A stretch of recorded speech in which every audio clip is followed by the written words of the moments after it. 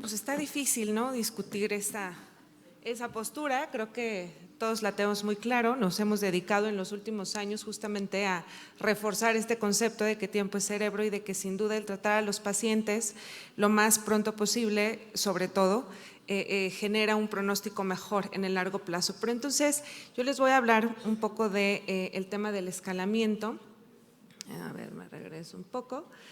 Ok, entonces ya el doctor Ortiz nos hizo favor de presentar algunos datos que tenemos sobre los factores pronósticos en los pacientes con esclerosis múltiple. Y entendemos muy bien eso. Sabemos que existen factores de buen y de mal pronóstico, sabemos que existen algunos que de antemano, por ejemplo, en nuestra población ya tenemos algún factor de mal pronóstico por nuestra genética, por nuestra situación de acceso de pronto, ¿no?, por el retraso en el diagnóstico que llevamos también incluso, y porque hay muchos estudios que eso mismo han comprobado. Sin embargo, la realidad es que no siempre los pacientes obedecen a esos factores de mal pronóstico y todos tenemos pacientes que llevan 30 años con acetato de glatiramar y están en perfectas condiciones. Se justificaría que a esos pacientes les hiciéramos un cambio de tratamiento, y estoy hablando solamente de términos de eficacia, no de conveniencia, no de seguridad, no de efectos adversos por la aplicación y otros similares. Y también tenemos pacientes que al revés, empezaron como sin tantos datos de mal pronóstico, pensábamos que podían comportarse de una manera más estable y al paso del tiempo no, de repente la enfermedad se prende diferente. Entonces, al final de lo que se trata es de hacer el diagnóstico, como ya había dicho, tal vez de la forma más oportuna, iniciar el tratamiento también, pero además viene esta parte de monitoreo, de aprender a seguir a los pacientes con la mayor cercanía que nos sea posible. Entendemos todas las situaciones institucionales, de recursos y demás, pero creo que al final eso es lo que nos garantiza realmente darnos cuenta de en qué momento el paciente está fallando de manera rápida a este tratamiento. Antes existían estos conceptos de falla temprana, de respondedor parcial, de respondedor completo, de no respondedor. La realidad es que el paciente responde o no responde, ¿no? O sea, responde poquito, pues creo que ya sería insuficiente para los parámetros que tenemos ahora. Respondió solamente en clínica, pero en resonancia no, pues volvemos a lo mismo y habría que pensarlo. Pero sin duda, todos tenemos algunos pacientes que probablemente puedan estar con otras terapias y un poco vamos a hablar de eso. Y tal vez tiene que ver con que los paradigmas en esclerosis múltiple han cambiado. Ya no hablamos solamente de terapias de primera, segunda, tercera línea, terapias plataformas y no. Ahora hablamos de terapias de reconstitución inmunológica, ahora hablamos de terapias de mantenimiento y de terapias que son pulsadas intermitentes. Entonces hablamos de otros rasgos de las terapias que ya van más allá de solamente la eficacia y la forma en la que se administran. Y creo que todo eso forma parte entonces del algoritmo de decisión.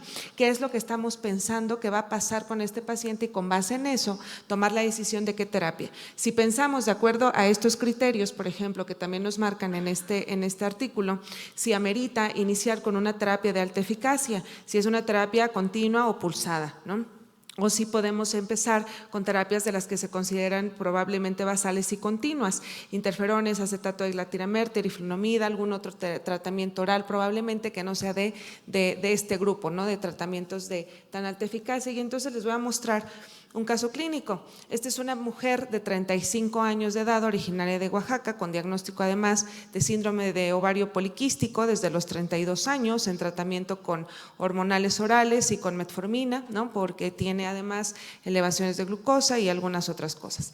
El padecimiento por el que nosotros la conocemos es por una neuritis óptica izquierda que hizo en diciembre, que llegó a ser severa, cuentadedos. Se trató con esteroide, con recuperación, a decir de la paciente, del 100%. 15 días previos a que nosotros la viéramos, es decir, ya había pasado el episodio de la neuritis, lo que la paciente nos dice es que tiene unas parestesias en la pierna derecha que son intermitentes, llegan a durar máximo 24 horas, pero autorresuelven, no hay compromiso motor, no hay compromiso de esfínteres, no hay alteraciones en la marcha. Ella dice que puede caminar al menos 2 kilómetros porque es lo que ha medido, pero que probablemente podría caminar bastante más sin limitaciones, sin descanso. Niega fatiga, alteraciones del estado de ánimo, alteraciones cognitivas, todo eso se interroga y está negado. En la exploración física, que es cuando nosotros la conocemos, vemos que la agudeza visual está en 20-40 del ojo izquierdo, que es el que había tenido la neuritis, el ojo derecho está bien, Ishihara 7-8 bilateral, y el resto de su exploración está normal, solamente ella refiere una hiperestesia en B1 del lado izquierdo, pero el resto de los nervios craneales están normales, la fuerza, los reflejos, la respuesta plantar son normales, la sensibilidad no se logra hacer objetivo ninguna alteración de la que les habíamos comentado, el cerebelo y la marcha no tienen ninguna alteración. Entonces, objetivamente en ese momento lo que tenemos es nada más el episodio de la neuritis y en la clínica encontramos una alteración en el trigémino, nada más en la sensibilidad, pero fuera de eso no hay ningún otro hallazgo, ¿sí?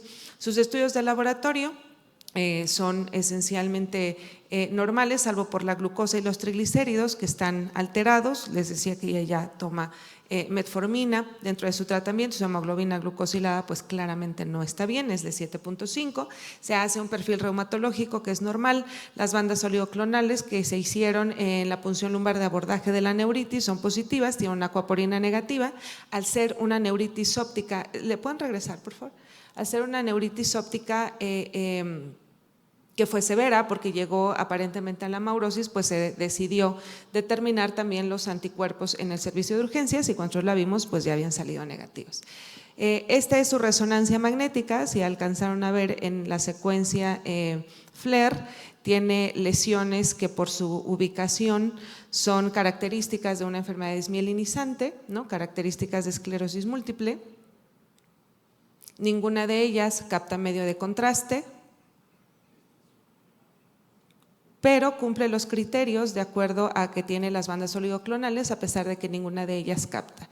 Sin embargo, vemos una resonancia que es diferente, o sea, no estamos hablando de una paciente de las que habitualmente a veces en estas charlas cuando hablamos de tratamientos mostramos con una alta carga lesional, muchas de ellas que captan medio de contraste, lesiones en médula. Esta paciente no les presento la de médula, era normal, no tenía lesiones en médula, que también se hizo por esta alteración que tenía en la sensibilidad de la pierna. Entonces no tiene lesiones en médula, no tiene lesiones infratentoriales, las lesiones todas son supratentoriales y no son demasiadas. Entonces, un poco la pregunta es, con esta paciente, ¿qué estamos pensando que vamos a hacer? Es una paciente entonces en la que tenemos diferentes opciones de manejo, ¿sí? O sea, las terapias que tenemos disponibles, suponiendo que estamos en una situación ideal donde no batallamos por recursos, donde no tenemos limitaciones en otros aspectos, ¿qué terapia pudiera funcionar? Y probablemente diríamos en una paciente como ella la mayor parte, ¿no? Iniciaríamos con una terapia en este panorama de alta eficacia, sería una paciente a la que, ¿quiénes de ustedes, si me hacen favor de levantar la mano, iniciarían en este caso en específico con una terapia de alta eficacia? Estoy hablando, por ejemplo, de natalizumab, de ocrelizumab, de lemtuzumab, ¿no? Vamos a poner también la cladribina. ¿Quiénes de ustedes la iniciarían con esas terapias? Ay, no sean tímidos. Muy bien, gracias doctora Treviño. Entonces, uno de nosotros iniciaría con una de estas terapias. ¿Quiénes de ustedes iniciarían con una terapia de las que antes decíamos de plataforma? Un interferón o acetato de glatiramar. Muy bien. ¿Quiénes de ustedes iniciarían con otra terapia oral de las que también se pusieron, por ejemplo, aquí de las de uso continuo? Estoy hablando, por ejemplo, del grupo, no voy a especificar una por una para no entrar en mayor controversia, pero, por ejemplo, el grupo de la teriflunomida, el dimetilfumarato, vamos a poner incluso ahí el fingolimod, con alguna de ellas. ¿Quién la iniciaría con esta terapia? La mayoría tal vez de nosotros. Nos sentiríamos cómodos utilizando una terapia así. Miren, yo la verdad es que el tema de los interferones y el acetato de glatiramar probablemente entra en otro cajón de discusión, ¿no? De a qué pacientes iniciaríamos con este tipo de terapias, porque honestamente tiene que ver incluso ya con lo que está demostrado no solamente en eficacia, sino en el largo plazo, en el seguimiento.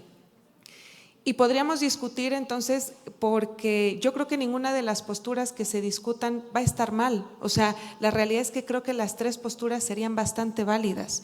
Creo que la única que no sería válida sería no tratarla, ¿no? Fuera de eso, creo que el darle cualquiera de las terapias que escojamos por la situación que queramos sería bastante útil. probablemente sería una paciente que podríamos iniciar también con una terapia de alta eficacia. ¿Por qué no? Si pensamos que tiempo cerebro, pero mi postura en este momento es defender el escalamiento. Entonces vamos a decir que puede ser una paciente con la que tal vez yo me siento cómoda tratando con una terapia como fingolimod, por ejemplo, ¿no? Y entonces vamos a vigilarla, vamos a hacerle un seguimiento cercano, vamos a detectar de manera oportuna y rápida si es que el tratamiento está teniendo o efectos adversos o está teniendo alguna otra, alguno, por ejemplo, dato de falla, ¿no? Si la paciente empieza a hacer más lesiones, si empieza a tener algunos otros síntomas y al final creo que un poco de eso se trata, o sea, cualquiera de las decisiones que se puedan tomar sin duda no es mala. Insisto, lo importante es saber que esta paciente necesita tratamiento, hay que tratarla ya. Y cualquiera de las elecciones solamente tener muy claro cuál es el objetivo que se tiene con esto y cuál es el plan de seguimiento que se le va a hacer, ¿no? Entonces, ahora entendemos que la esclerosis múltiple ya tiene otra historia natural desde que llegaron los tratamientos modificadores de la enfermedad, pero no solo eso, sino que desde que llegaron también los tratamientos modificadores de la enfermedad altamente eficaces, también ya tienen otra historia. Y si antes estábamos acostumbrados a ver esquemas como el de arriba, donde vemos que sí, el paciente, y nosotros se lo decíamos, le decíamos, pues la verdad es que el medicamento lo que va a hacer es que la enfermedad vaya más lento, pero no le prometíamos ni siquiera detenerla porque no teníamos esa certeza. Hoy a un paciente que le iniciamos una terapia modificadora de la enfermedad, probablemente sí, yo espero que el paciente se mantenga estable por muchos años y ya lo vemos. Todos tenemos pacientes que llevan 20 años de evolución y que ya no están en los grados de discapacidad que veíamos antes. Tenemos pacientes que llegan caminando. No es lo mismo un paciente que se diagnosticó en los 90s, que no tenía tratamiento, que empezó independientemente del tipo de enfermedad que tuviera con fármacos de baja eficacia. Entonces, creo que un poco ese es el aprendizaje.